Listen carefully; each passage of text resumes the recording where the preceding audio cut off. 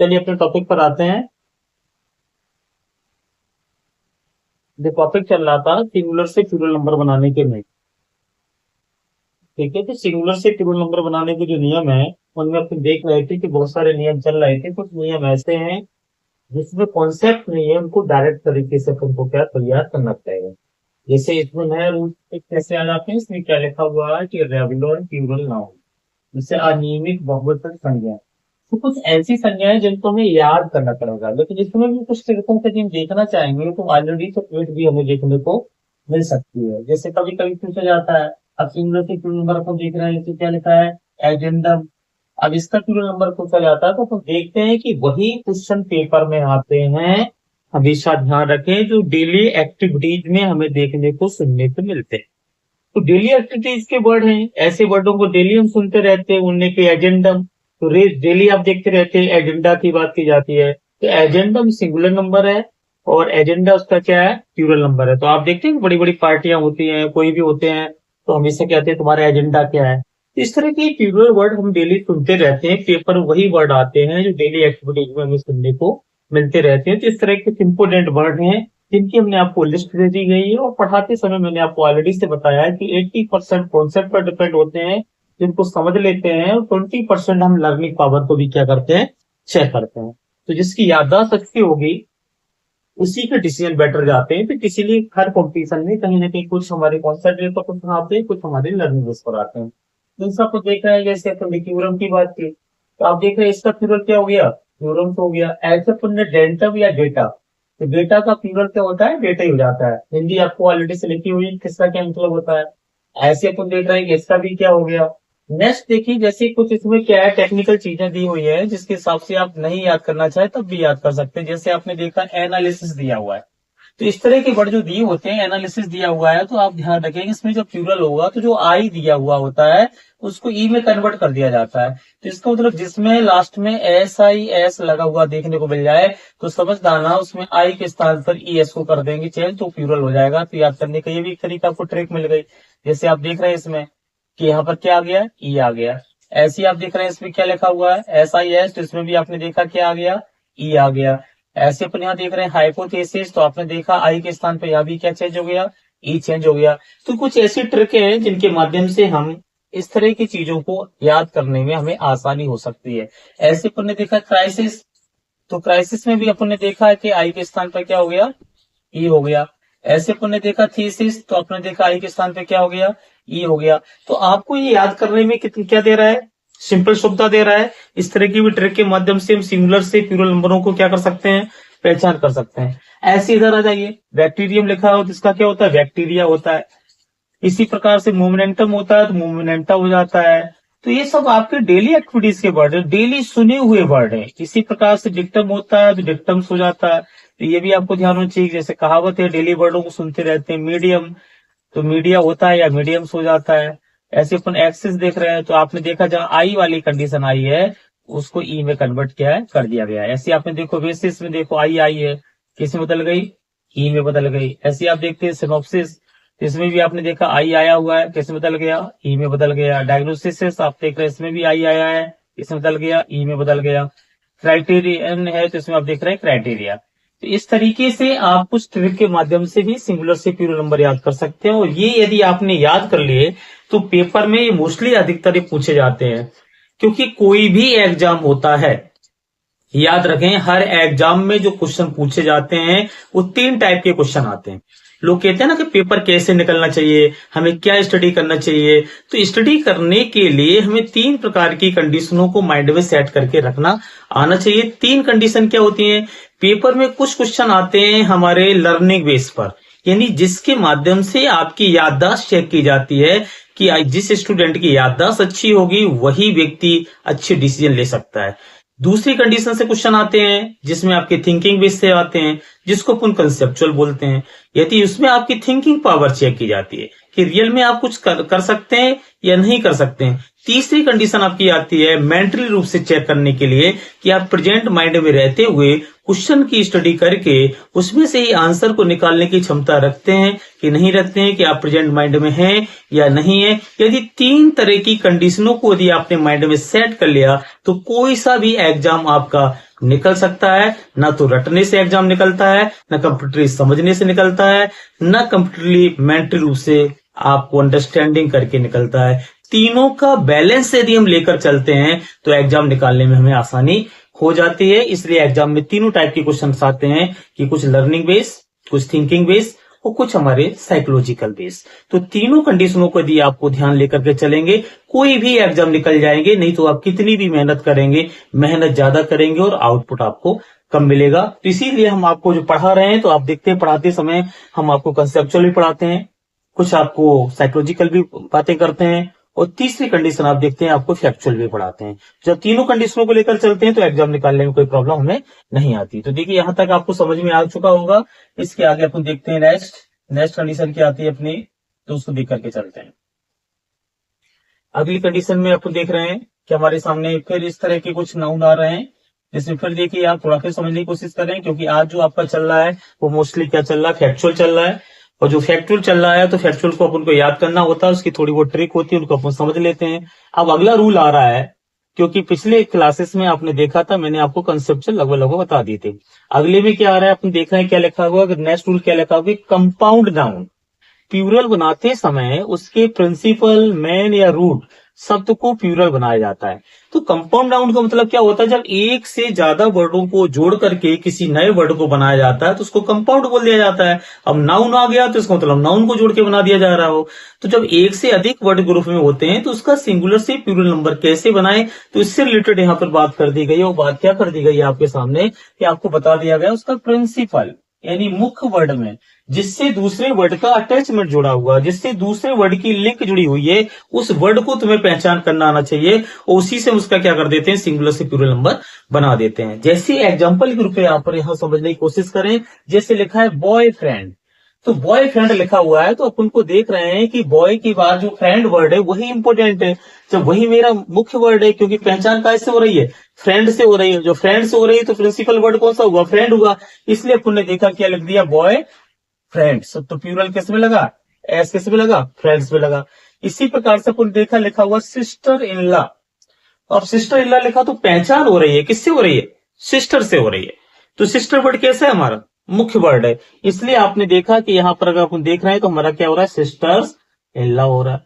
Next अपन देखा है step सन, तो अपने देखा कि भैया स्टेप सौतेला बेटे की बात जो की जा रही, तो सन मुख्य वर्ड कौन सा है, सन, इसलिए क्या हो गया स्टेप सन्स। इसमें अपन देख रहे हैं मेड सर्वेंट लिखा हुआ है, तो मुख्य वर्ड कौन सा है, सर्वेंट है, इसलिए सर्वेंट में लग गया। अब ये वर्ड आपका लिखा हुआ बहुत इंपोर्टेंट वर्ड है, हर बार पेपर में आता है।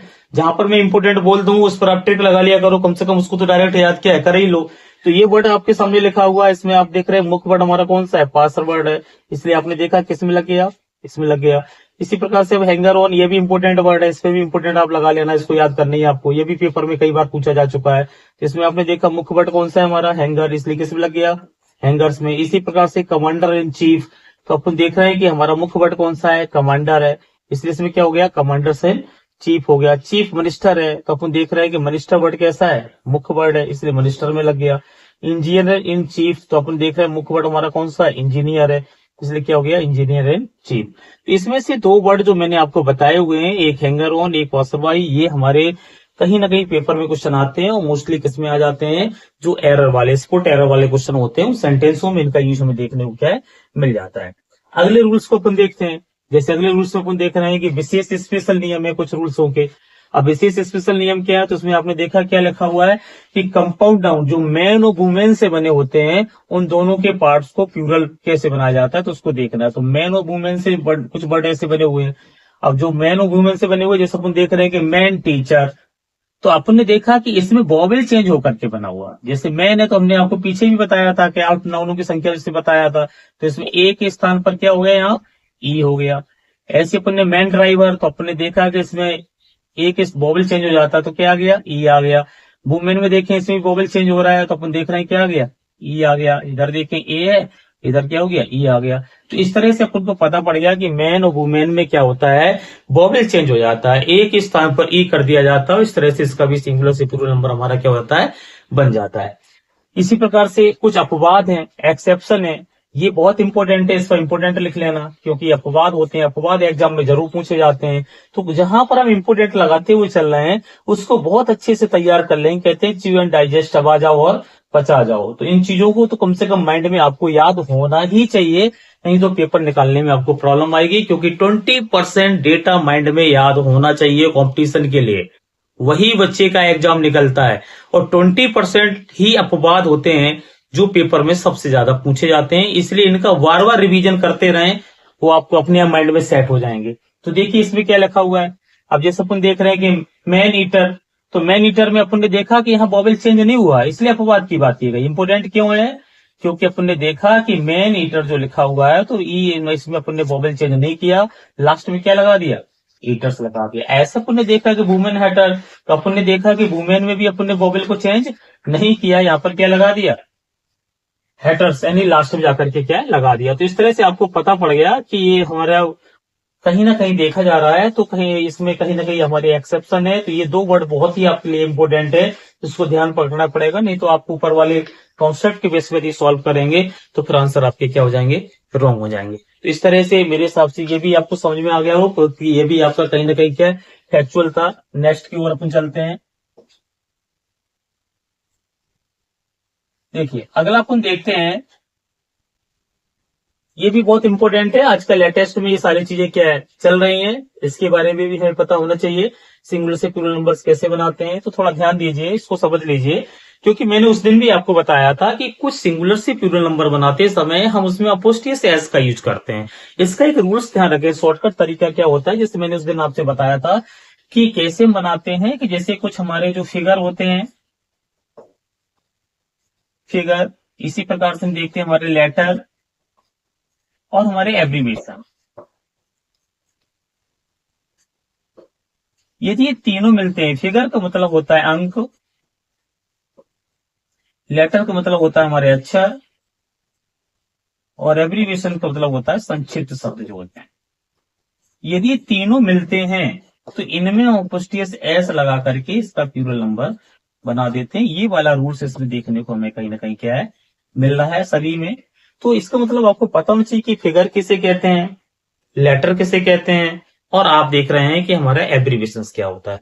तो फिगर जो हमारी गिनतियां होती हैं 1 2 3 होती हैं, ये हमारे फिगर में इन्वॉल्व हो जाती हैं। ए से लेकर जेड तक जो हमारे लेटर होते हैं, और इसके अलावा एब्रीविएशन हमारे जो होते हैं, जिन चीजों को हम शॉर्ट में लिख देते हैं, जैसे BA MA BSc DCA PGDC, ये सब हमारे क्या है अगर देखे जाते हैं तो इनको एब्रीविएशन में शामिल कर दिया जाता है। और मोस्टली कंजेक्शनों को भी, कंजेक्शन जो हमारे होते हैं, लिंकर जो हमारे होते हैं, उनको भी कहीं ना कहीं हम देखते हैं कि इन कंडीशनों में शामिल कर दिया जाता है। क्यों? क्योंकि आप देखते हैं कि जैसे वट है तो आप देखते हैं वर्ड्स होता है, दैट है तो आप देखते हैं दैट्स होता है। तो इसका मतलब कभी भी आपको इसमें डायरेक्ट एस लगा हुआ नहीं मिलता है, पोस्टियस एस के साथ में ऐसा आता है। बहुत इंपॉर्टेंट बात है, इसको समझ के चलेंगे, क्योंकि पेपर में यहां से क्वेश्चन जरूर आता है, इसलिए मैंने बोल दिया ये वाला भी आपके लिए काफी इंपॉर्टेंट है, क्योंकि पेपर में इससे भी आते हैं।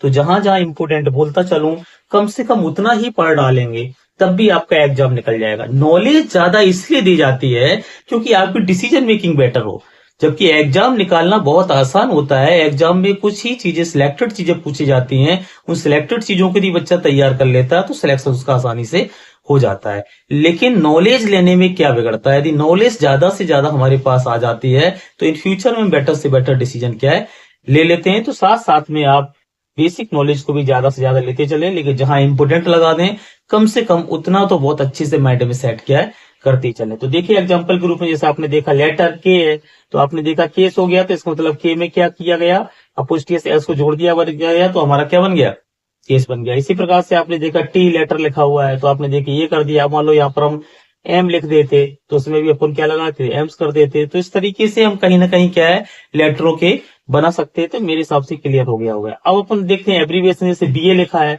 तो अपन ने भी देखा इसमें BA में क्या कर दिया, इसी तरह से अपोस्ट्रोफी एस लगा दिया, तो हमारा क्या हो गया, BS हो गया, SDO हो गया, IAS हो जाता है, IPS हो जाता है। इस तरह के बहुत सारे जो हम शॉर्ट फॉर्म लिखते हैं उनमें हम अपोस्ट्रोफी एस को लगा करके उसका सिंगुलर से प्लूरल नंबर बनाते हैं। इसी प्रकार से आपने देखा कि हमारे इस तरह के जो वट वगैरह लिखे हुए हैं, कंजक्शन एक तरह से लिंकर हैं, तो इनमें भी अपन ने देखा क्या लगाया, अपुष्टि एस लगाए। नहीं तो बच्चे कहीं ना कहीं फंस जाते हैं, उनको क्या लगता है कि बाकी जो बचते हैं सभी में ऐसा लगा दो, लेकिन हमें पता है कि जितने भी हमारे लिंकर होते हैं उनमें हम क्या लगाते हैं, कॉमा और एस, जिसको अपुष्टि एस बोलते हैं, और हमारा वर्ड्स हो गया। इसी प्रकार से आपने देखा लेटर एन आ गया तो एस हो गया, आई आ गया तो आइस हो गया, सेवन फिगर आ गया तो इसका ये हो गया। आपने फिर देखा कि एब्रीविएशन आ गया तो फिर अपुष्टि एस लग गया। फिर आपने देखा कि लिंकर आ गया तो क्या लग गया, फिर अपुष्टि एस लग गया। तो इसका मतलब आपको पता होना चाहिए जो बातें बताई गई कि फिगर क्या होता है। तो फिगर के अंतर्गत अपन देखते हैं कि हमारे अंक शामिल किए जाते हैं। लेटर के अंतर्गत हमारे क्या होते हैं, आपको पता है, एक से लेकर जेड तक शामिल किए जाते हैं। बाकी हमारे एब्रीविएशन से कुछ लिंकर हैं। इन यदि ये कंडीशन कहीं मिलती हैं तो इनका सिंगुलर से प्लूरल नंबर जब भी बनाएंगे तो इसमें सिर्फ और सिर्फ अपन क्या करेंगे, अपोस्ट्रोफी एस को जोड़ करके उसका सिंगुलर से प्लूरल नंबर बना सकते हैं। तो मेरे हिसाब से ये भी क्लियर हो गया होगा।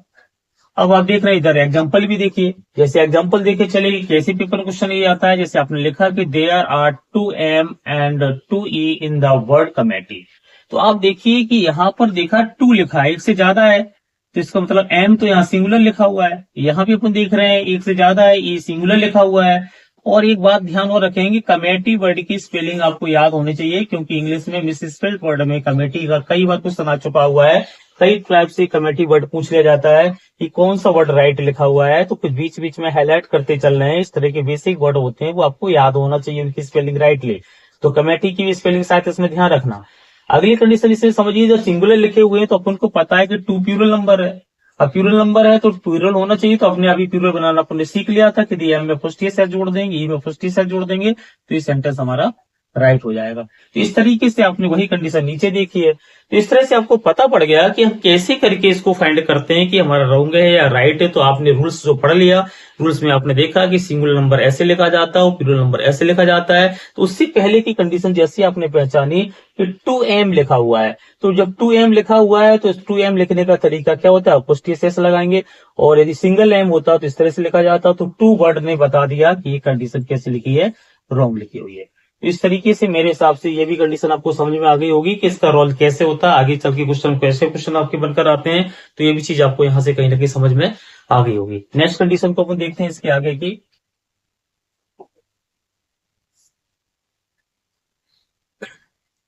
नेक्स्ट रूल्स देखिए, अगले जो रूल्स हैं ये रूल्स नहीं है, ये समझ आइए कि पूरे पेपर का सार है। इसको समझने के लिए आपको थोड़ा सा काफी कुछ अध्ययन करना पड़ेगा। मेंटली रूप से प्रेजेंट रूप में जब आप रहेंगे तभी ये बातें आपको समझ में आएंगी, नहीं अदरवाइज ये सारी बातें आपको समझ में नहीं आएंगी। इसलिए ध्यान रखेंगे, इसको विशेष तौर पर आपको पढ़ना पड़ेगा। तो इससे पहले एक रूल और है, पेपर का सार है। इसको समझने के लिए आपको थोड़ा सा काफी कुछ अध्ययन करना पड़ेगा। मेंटली रूप से प्रेजेंट रूप में जब आप रहेंगे तभी ये बातें आपको समझ में आएंगी, नहीं अदरवाइज ये सारी बातें आपको समझ में नहीं आएंगी। इसलिए ध्यान रखेंगे, इसको विशेष तौर पर आपको पढ़ना पड़ेगा। तो इससे पहले एक रूल और है, वो हम आपको और बता देते हैं। उसके बाद थोड़ा सा आप लोग घर पर पुराने वाला पूरा रिवीजन करके बैठना, तब ये सारी चीजें आपको समझ में आई। क्योंकि पेपर यही है, जो आपके सामने जो नेक्स्ट रूल्स की जो कंडीशन आ रही है, समझ जाइए कि आउट ऑफ पेपर यही है। क्योंकि यही सारे अपवाद हैं यहाँ पर आपकी, कहीं ना कहीं मैंने जो आपसे बोला पूरी की पूरी लर्निंग पावर पर डिपेंड करेगा। क्योंकि इसमें कोई समझने वाली बातें नहीं है, जो लिखा है वो डायरेक्ट लिखा है। सिर्फ वो आपको याद होना चाहिए कि कौन सी कंडीशन पर कौन सी कंडीशन चेंज हो जाती है। तो इसलिए सारे के सारे रूल्स हमारे क्या होते हैं, एक्सेप्शन ही एक तरह के मान लिए जाते हैं। क्योंकि हर वर्ड में एक नया रूल्स लगता है। तो अपवादित वर्ड हैं, उनको भी कैसे समझ में आना चाहिए, उसके लिए बार बार आप थोड़ा सा थ्योरी को रिवीजन करके बैठेंगे, तभी आपको बहुत अच्छी समझ में क्या आ जाएगा। एक रूल और रह गया था जो शायद पीछे उसमें नहीं बताया गया, मैं उसको भी आपको बता दे रहा हूं, जो सबसे ज्यादा इंपॉर्टेंट है। वो लगभग लगभग पेपर में आता ही है, वो सबसे गलतियां हो जाती हैं। तो थोड़ा सा उसके बारे में कुछ चर्चा कर लेते हैं। क्या होता है कि 4 वर्ड हमारे ऐसे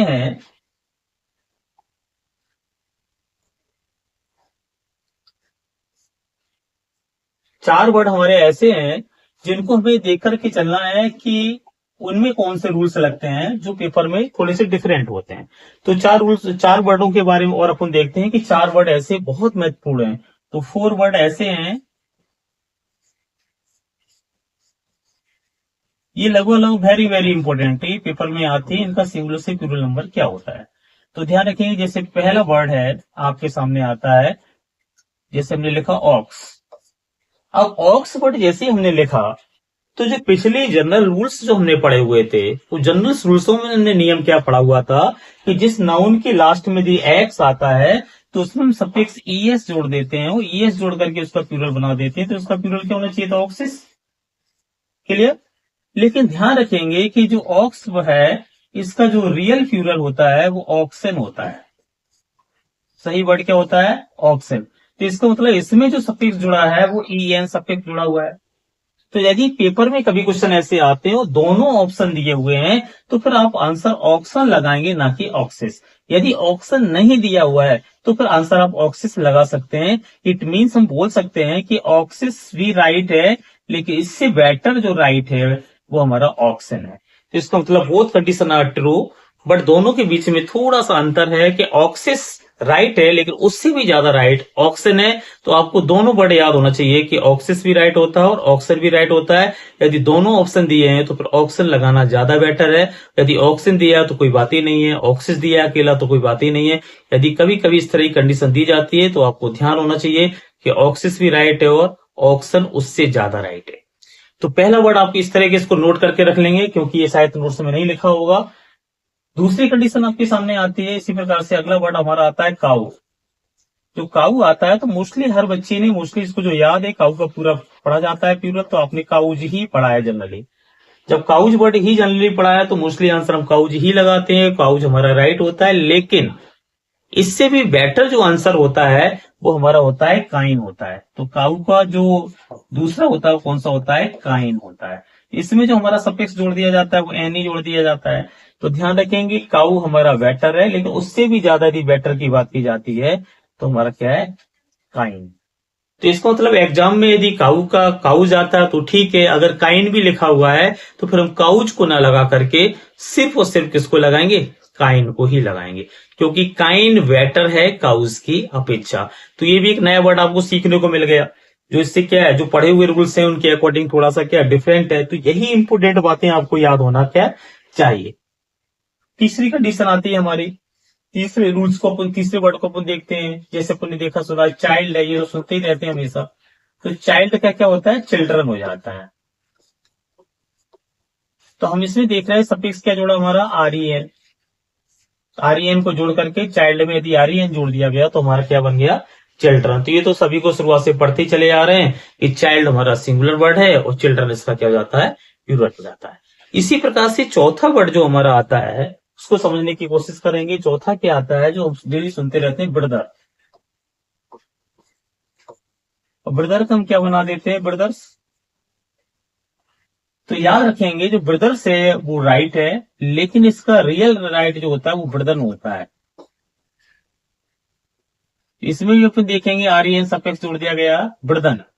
तो यदि किसी भी पेपर में ब्रदर्स दिया हुआ तो भी राइट है, यदि ब्रदन दिया है तो उससे ज्यादा राइट है। तो इसका मतलब 4 word most and most important है जो आपको याद होना चाहिए, क्योंकि सभी में अलग से रूल्स लगे हुए हैं, अलग अलग सफिक्स लगाकर जोड़ा गया है। किसी में ईएन जोड़ दिया गया है, तो किसी में एनई जोड़ दिया गया है, तो किसी में आरईएन जोड़ दिया गया है। और 4 वर्ड बहुत महत्वपूर्ण है, क्योंकि बेसिक वर्डों की नॉलेज सबको पता है। जैसे सबको पता है कि काऊ का काउज होता है, लेकिन काइन उससे बेटर होता है। सबको पता है कि ऑक्स का ऑक्सिस होता है, जनरल के ताऊ यही लिखा रहता है, लेकिन इसका जो रियल वर्ड होता है वो क्या होता है? ऑक्सन होता है। इसी प्रकार से हम देखते हैं कि ब्रदर का ब्रदर्स होता है, सबको पता है, लेकिन रियल इसका जो आंसर होता है वो ब्रदन होता है। इसी प्रकार से चाइल्ड का चिल्ड्रन तो सभी को कहीं ना कहीं क्या है? पता है। तो इस चीज को आप लोग क्या कर लेंगे? अलग से एक्स्ट्रा क्या कर लेंगे? नोट कर लेंगे। तो आपको ये भी चीज नहीं यहाँ से पता पड़ गई कि कौन सी कंडीशन के साथ में कौन सी कंडीशन देखने को हमें क्या है? मिल जाती है। तो नोट कर लीजिए, समझ में आ गया होगा मेरे हिसाब से। इसके बाद आपके जो स्पेशल रूल्स चलेंगे, स्पेशल रूल्सों के बाद में फिर आपका जो टॉपिक है इसमें नाउन थोड़ा बड़ा टॉपिक है। नाउन को अपन डीपली इसलिए पढ़ना होता है क्योंकि नाउन पे ही सारे टॉपिक डिपेंड है। क्योंकि अपन देखते हैं कि अगला टॉपिक प्रोनाउन पढ़ेंगे, तो प्रोनाउन में क्या बोला जाता है कि जो नाउन के स्थान पर आता है वो प्रोनाउन कहलाता है। जिसने नाउन को डीपली पढ़ लिया इसका मतलब उसका प्रोनाउन भी कमांड हो जाएगा। तो इसका मतलब एक टॉपिक यदि आप डीपली पढ़ लो तो पूरे अंग्रेजी में नाउन ही नाउन अपन को देखने को मिलता है। और जहां नाउन क्लियर है तो वहां प्रोनाउन भी क्लियर है, जहां नाउन प्रोनाउन क्लियर है वहां एडजेक्टिव भी क्लियर है, जहां एडजेक्टिव क्लियर है तो इसका मतलब एडवर्ब भी क्लियर है, क्योंकि नाउन और प्रोनाउन की विशेषता एडजेक्टिव बताएगा। ऐसी करके अपन देखेंगे एडवर्ब आएगा। तो एक टॉपिक को डीपली पढ़ लिया जाता है तो उस टॉपिक की सारी बातें दूसरे टॉपिक से लिंक रहती हैं और आसानी से अगला टॉपिक हमें समझ में आना क्या हो जाता है, स्टार्ट हो जाता है। तो इस चीज को नोट कर लीजिए, चारों वर्डों को। आपको एक बार फिर मैं बोल दे रहा हूं कि काऊ का काउज होता है, रियल वर्ड काइन होता है, ऑक्स का ऑक्सेस होता है, रियल ऑक्सन होता है। तीसरी कंडीशन अपन देख रहे हैं चाइल्ड का चिल्ड्रन हो जाता है, ब्रदर का ब्रदर्स होता है, राइट जो हमारा इससे भी बेटर होता है वो ब्रदर होता है। तो नोट कर लिया होगा आप लोगों ने। इसके बाद आगे का अपन देखते हैं।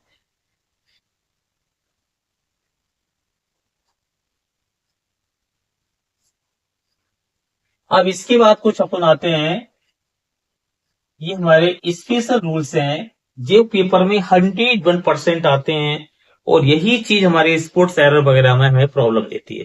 क्योंकि पेपर में जहां स्पोर्ट्स एरर के क्वेश्चन आते हैं तो वहां पर इस तरह की नॉलेज होना आपके लिए बहुत आवश्यक होता है, क्योंकि यहां पर मैंने आपसे क्या बोला कि इस तरह के जो क्वेश्चंस होते हैं वो लर्निंग पर डिपेंड किए जाते हैं। एग्जाम में जो पेपर बनता है किसी भी बच्चे को सिलेक्शन लेने के लिए कैसे पता पड़ेगा कि हमारा सिलेक्शन होता है या नहीं होता है। देखिए, किसी भी बच्चे को यदि पहले से पता पड़ जाए कि मुझे क्या पढ़ना है और क्या नहीं पढ़ना है तो 50% तो सिलेक्शन उसका यही हो जाता है। इसका मतलब आपको पता होना चाहिए कि पेपर किस बेस पर बनता है। तो मैंने आपसे बताया कि इंसान की जिसकी याददाश्त अच्छी नहीं होगी वो व्यक्ति कभी अच्छे डिसीजन नहीं ले सकता, क्योंकि पुरानी बात को याद करते हुए ही हम नई बात की ओर बढ़ते हैं। इसलिए एग्जाम में लर्निंग बेस्ड क्वेश्चन आते हैं। तो जो ये चीजें अपन पढ़ा रहे हैं वो कैसी हैं, याद होंगी तो ही कर पाएंगे, नहीं अदरवाइज भूल जाएंगे। कुछ हमारे कैसे आते हैं, थिंकिंग बेस आते हैं। इसका मतलब किसी चीज को देख करके उसमें कुछ नया करने की क्षमता रखते हैं आप नहीं रखते हैं, या टोटल ही आप रट्टू हैं। तो इसलिए कॉन्सेप्ट बेस पर क्वेश्चन आते हैं, थिंकिंग पावर बेस पर क्वेश्चन आते हैं, कुछ इनोवेशन करने की क्षमता आपकी चेक की जाती है कि आप उसके अलावा कुछ नया कर सकते हैं या नहीं कर सकते हैं। तो इसमें पीछे आप पढ़ चुके हैं थिंकिंग बेस। कुछ चीजें मैंने आपसे बोली साइकोलॉजिकल। साइकोलॉजिकल क्या आते हैं कि चीजें वही दी होती हैं, सिर्फ उसमें से कुछ चेंजेस कर दिया जाता है और आपको चेक किया जाता है कि रियल में भी तो मेंटल रूप से प्रेजेंट माइंड में बैठे भी हो या नहीं है, कि टोटल रट कर आए हो। तो जब तक 3 कंडीशनें आपकी बेटर नहीं होंगी माइंड की, कोई एग्जाम नहीं निकलता है। इसलिए आप देखते हैं मोस्टली बच्चे 10 घंटे 12 घंटे 15 घंटे 18 घंटे पढ़ते रहते हैं और पढ़ते पढ़ते पढ़ते पढ़ते उनका दिमाग क्या हो जाता है, इतना बोरियत हो जाता है कि उन्हें लगता है इससे ज्यादा मेहनत मैं नहीं कर सकता। लेकिन मैंने आपसे बताया कि जब तक इन 3 चीजों को बैलेंस अच्छा नहीं होगा, याद रखना कभी भी एग्जाम आपका नहीं निकलेगा। आप इतनी मेहनत करने के बाद डिप्रेशन में जाएंगे, फ्रस्ट्रेशन में जाएंगे और आपका कोई भी व्यक्ति आपके मनोबल को फिर नहीं बढ़ा पाएगा। इसलिए ध्यान रखें, मैं आपको बताता चल रहा हूं किसी भी काम करने के तरीके होते हैं। तीनों कंडीशन से हमें वर्किंग करेंगे तो ही हमारा कंपटीशन निकलेगा। पहली कंडीशन मैंने आपसे बता दी कि आपकी फैक्चुअल बेस होना चाहिए, जो आपसे लर्निंग पावर चेक की जाती है। कुछ कॉन्सेप्चुअल होते हैं जिसमें आपकी थिंकिंग पावर चेक की जाती है और कुछ उसमें डिफरेंट चेंजेस होते हैं जिसमें आपको साइकोलॉजिकल चेंज किया जाता है। तो 3 टाइप के क्वेश्चन पेपर में आते हैं और तीनों टाइप को माइंड यदि तुम सेट करके जाओगे तो एग्जाम आसानी से क्या है, निकल जाता है। और आप टोटल ही पढ़ पढ़ के ही जाएंगे तो समझ जाइए एग्जाम कभी नहीं निकलता है और आपकी मेहनत पूरी डिस्टर्ब हो जाती है।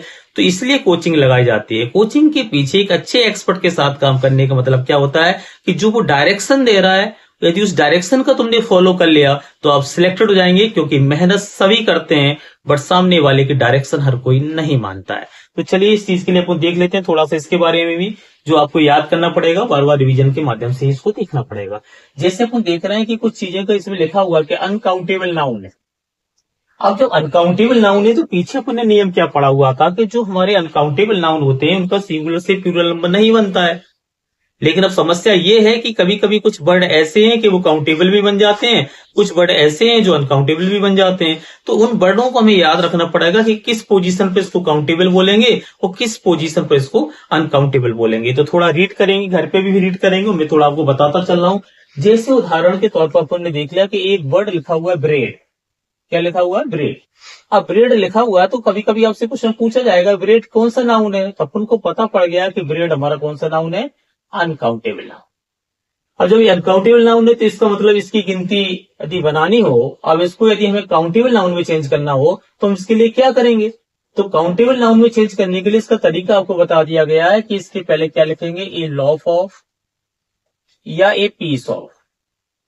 यदि ये लॉफ ऑफ या पीस ऑफ तो अपन देखेंगे तो ये हमारा काउंटेबल में चला जाएगा, और यदि ये लॉफ्स ऑफ या पीसीस ऑफ तो इसका ये प्लूरल बन जाएगा। तो इसका मतलब ब्रेड हमारा अनकाउंटेबल नाउन भी है। समझना, बहुत इंपॉर्टेंट बात बोल दी गई। ब्रेड हमारा अनकाउंटेबल नाउन भी है, लेकिन ये काउंटेबल नाउन बन जाएगा। और काउंटेबल नाउन में तुमने क्या पढ़े थे कि एक हमारा सिंगुलर नंबर होता है और एक हमारा क्या होता है, प्लूरल नंबर होता है।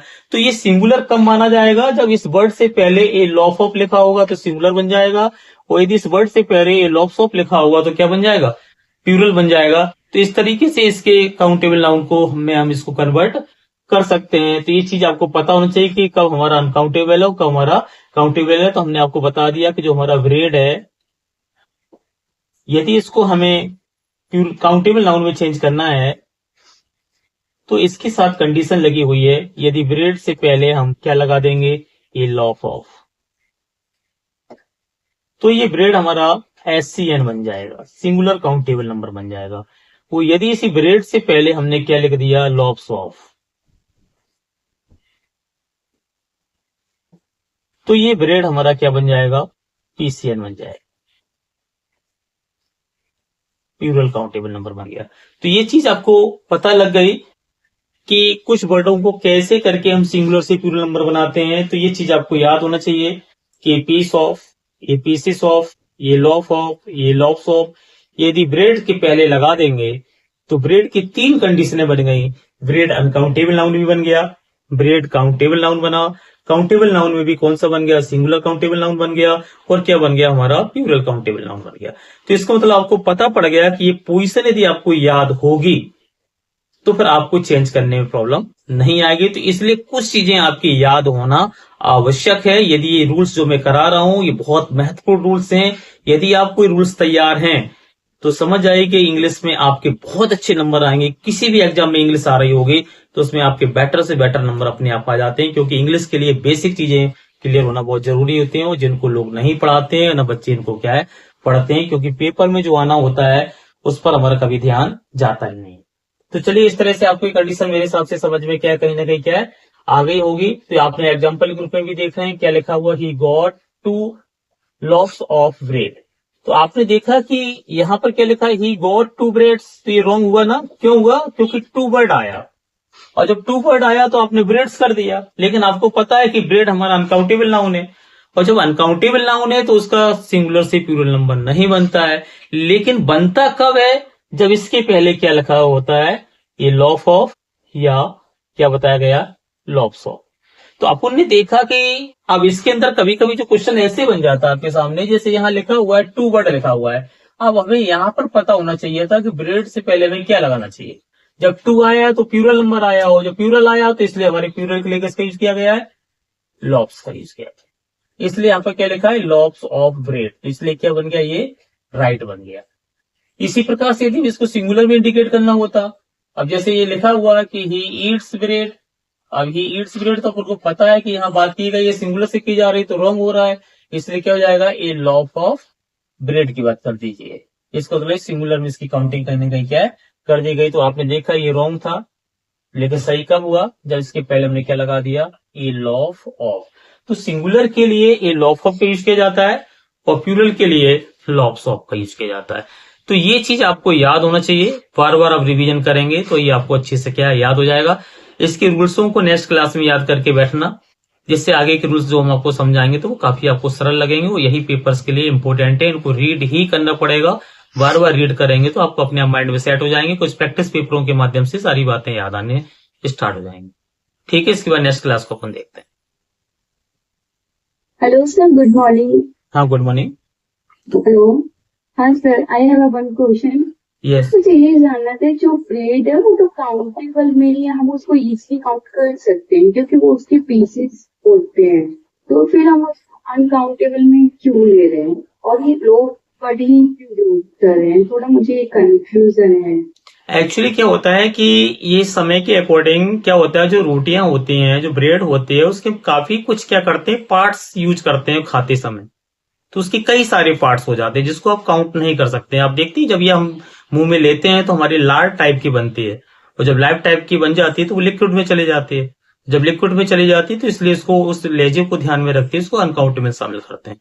लेकिन जब हम इसको अपनी लाइफ में बिहेवियर में लेकर के आते हैं तो उसको पार्टीशन करने के लिए अपन ने इस सुविधाओं को बना लिया कि इस तरह से इसको हम सिंगुलर मान सकते हैं और प्लूरल भी मान सकते हैं।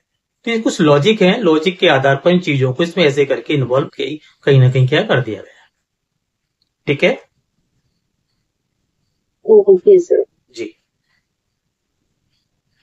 चलिए नेक्स्ट स्टडी करके बैठेंगे नेक्स्ट क्लास के लिए आप लोग, है ना थोड़ा सा।